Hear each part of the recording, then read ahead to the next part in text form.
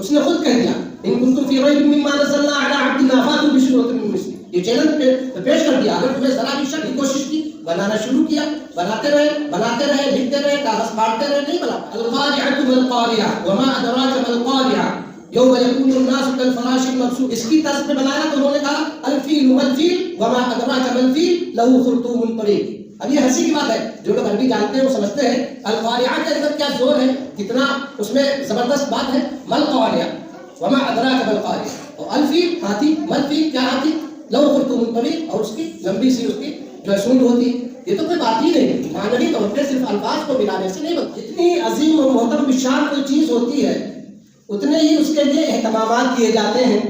اس پوری کائنات کو سجایا گیا، پوری دنیا کو بنایا گیا، اس میں پیڑ پودے لگائے گئے، چمن کو چڑیوں سے آباد کیا گیا، اور بڑے بڑے سمندر تیار کیے گئے، اس کے اندر طرح طرح کی مچھلیاں اور طرح طرح کی مخلوقات پیدا کی گئی، ہواؤں کو چلایا گیا، پہاڑوں کو اٹھایا گیا، اور جنگلوں کو آباد کیا گیا، اور پھر اس کے بعد حضرت انسان کے لیے وہاں پر آنے کا اہتمام کیا. کتنا بڑا اہتمام ہے یہ سب، کسی یعنی سارے انسان کے لیے، یعنی حضرت انسان کے لیے.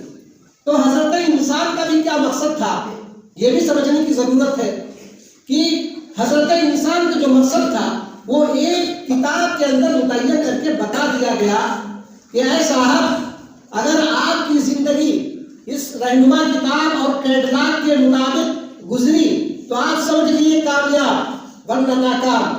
اس کی مثال یوں سمجھے کہ اگر کوئی کمپنی کوئی بہت اچھی گاڑی نکالتا ہے، لانچ کرتا ہے، تو اس گاڑی کے ساتھ میں اس کتاب دیتا ہے، رہنما کتاب ہوتی ہے کہ اس گاڑی کو اتنی اسپیڈ میں چلایا جائے، اتنی چلنے کے بعد پھر اس کی سروس کی جائے. بہرحال جو اس کتاب کے اندر پوری گائیڈ لائن ہوتی ہے، تو آدمی کوشش کرتا ہے ہم نے اتنی مہنگی مشین خریدی ہے تو پھر اس کو اسی کتاب کے مطابق چلائیں گے تب تو کامیاب ہوں. تو انسان کو بھی اللہ تبارک و تعالیٰ نے اشرف اور افضل بنایا، اور اس کے چلنے اور زندگی گزارنے کے طریقے ایک کتاب یعنی کلام پاک کے اندر پورے طور پہ بتا دیا اور واضح کر دیا کہ تیرا اخلاق کیا ہوگا، تیرا انداز کیا ہوگا، تیرا معیار کیا ہوگا، تیرا رہنا کیا ہوگا، تو اپنے ماں باپ کے ساتھ کیسے پیش آئے گا، اپنے پڑوسیوں کے ساتھ کیسے پیش آئے گا، اعزاء اقربا کے ساتھ کیسے پیش آئے گا، اپنے خالق کو تو کہاں سے پہچانے گا، اس کی پہچان کیا ہے. ساری کتابیں، ساری باتیں، ساری رہنمائیاں اس کتاب کے اندر موجود تھی. وہ قرآن پاک ہے،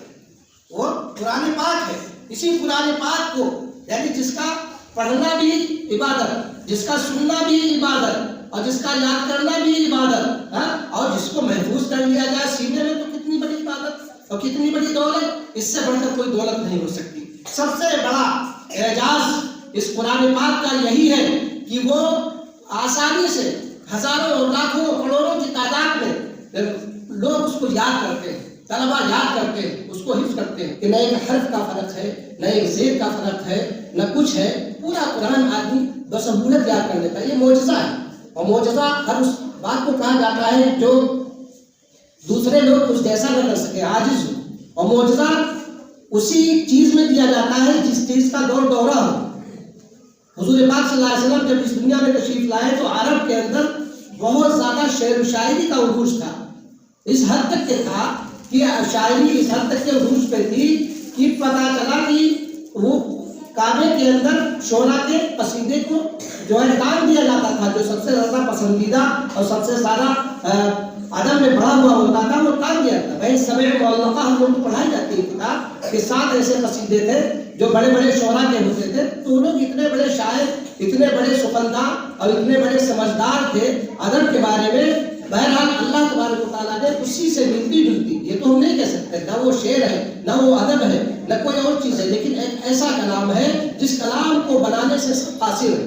اس نے خود کہہ دیا ان کنتم فی ریب مما نزلنا علی عبدنا فاتوا بسورۃ من مثلہ. یہ چیلنج پیش کر دیا. اگر تمہیں ذرا بھی شک ہو ہمارے اس الہی کلام کے اندر، تمہیں ذرا بھی شک ہو تو ایک بھی آیت بنا کے لاؤ. بڑی کوشش کی، بنانا شروع کیا، بناتے رہے لکھتے رہے، کاغذ پھاڑتے رہے، نہیں بنا پائے. القارعۃ ما القارعۃ وما ادراک ما القارعۃ یوم یکون الناس کالفراش المبثوث. اس کی طرز میں بنایا تو انہوں نے کہا الفیل ما الفیل وما ادراک ما الفیل لہ خرطوم طویل. اب یہ ہنسی کی بات ہے، جو لوگ عربی جانتے ہیں وہ سمجھتے ہیں القارعہ کے اندر کیا زور ہے، کتنا اس میں زبردست بات ہے. مل قاریہ وما ادراک مل قاریہ. اور الفی ہاتھی، ملفی کیا ہاتھی، لو خرطوم الطویل، اور اس کی لمبی سی اس کی جو ہے سونڈ ہوتی ہے. یہ تو کوئی بات ہی نہیں، معنوی طور پہ صرف الفاظ کو ملانے سے نہیں برکتیں ہیں. بڑے قابل مبارکباد ہیں یہ دونوں حضرات جن کے بچے ابھی حافظ قرآن ہوئے. اللہ تعالیٰ دنیا میں بھی ان کے لیے عزت دے گا. یہ نہ سمجھے دنیا میں بڑی ترقیاں ملتی ہیں حفاظ کے لیے اگر وہ راہ راست پر باقی رہے، اور آخرت میں تو بڑے بڑے ان کے لیے وعدے ہیں جو حدیث کے اندر آپ سنتے رہتے ہیں. بہرحال یہ تقریر کا موقع نہیں تھا، لیکن کسی کچھ دل چاہ رہا تھا، خوشی ہو رہی تھی. اور قابل مبارکباد ہے اس مدرسے کے اراکین اور ذمہ داران کہ انہوں نے اس مدرسے کو بنایا اور مدرسے کو یہاں پر سجایا اور جاری کیا اور ایسے مواقع فراہم کیے. اللہ تعالیٰ ہمیں عمل کرنے کی توفیق عطا فرمائے، قرآن کو سمجھنے، اخلاص سے سمجھنے اور پڑھنے کی توفیق عطا فرمائے. واقعی